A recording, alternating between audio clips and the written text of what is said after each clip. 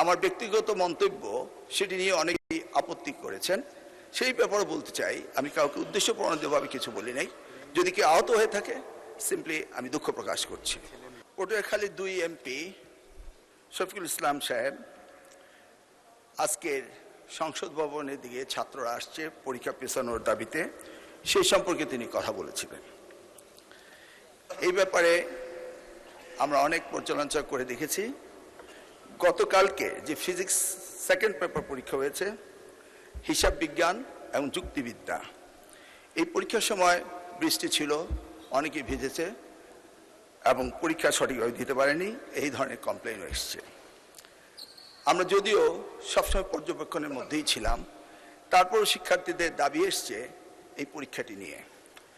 ইতিমধ্যে বন্যার কারণে আমরা চিটাং বোর্ডের প্রত্যেকটি জেলার পরীক্ষা বন্ধ করে দিয়েছি এবং আমাদেরকে পুনরায় পরীক্ষা নিতেই হবে।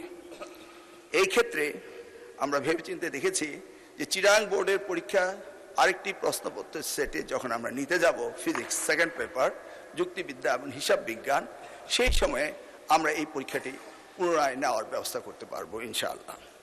তাছাড়া আমার ব্যক্তিগত মন্তব্য সেটি নিয়ে অনেকেই আপত্তি করেছেন। সেই ব্যাপারে বলতে চাই, আমি কাউকে উদ্দেশ্য প্রণোদিতভাবে কিছু বলি নাই। যদি কেউ আহত হয়ে থাকে, সিম্পলি আমি দুঃখ প্রকাশ করছি। মাননীয় স্পিকার, এখন আসি আমরা বিলের ব্যাপারে।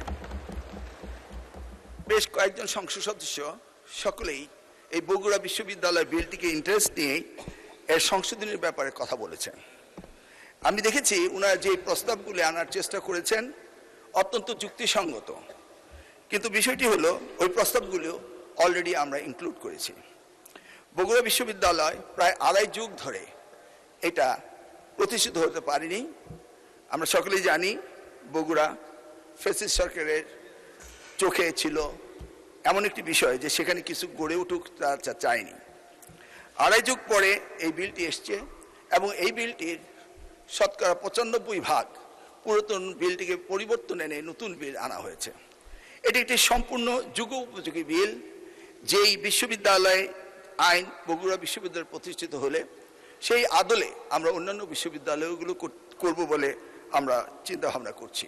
কেউ কেউ বলছেন অন্যান্য প্রত্যেকটি জেলা বিশ্ববিদ্যালয় সম্পর্কে। আসলে প্রতিটি জেলায় একটি করে বিশ্ববিদ্যালয় স্থাপন করা হোক, এই প্রস্তাবটি ছিল, কিন্তু আমরা সেদিকে এখনো পুরোপুরি এগোতে পারিনি। আমরা বগুড়া বিশ্ববিদ্যালয়ে যে আইনের পরিবর্তনের কথা বলেছে তার মধ্যে প্রথম, এই বিশ্ববিদ্যালয়টি হবে বগুড়া জেলার ভিতরে যে কোনো উপজেলায় হতে পারে। নির্দিষ্টভাবে বলা হয়েছিল জামালপুর, সেখানে ভূমি অধিগ্রহণ করতে বাধ্যবাধকতা ছিল, কিন্তু সরকার এই ব্যবস্থা নিতে পারেনি বিধায় নতুন আইনের মধ্যে এসছে বগুড়া জেলার যে কোনো জায়গায় করা যাবে। এই বিশ্ববিদ্যালয়ে আগে ছিল শুধু বিজ্ঞান এবং প্রযুক্তি, কিন্তু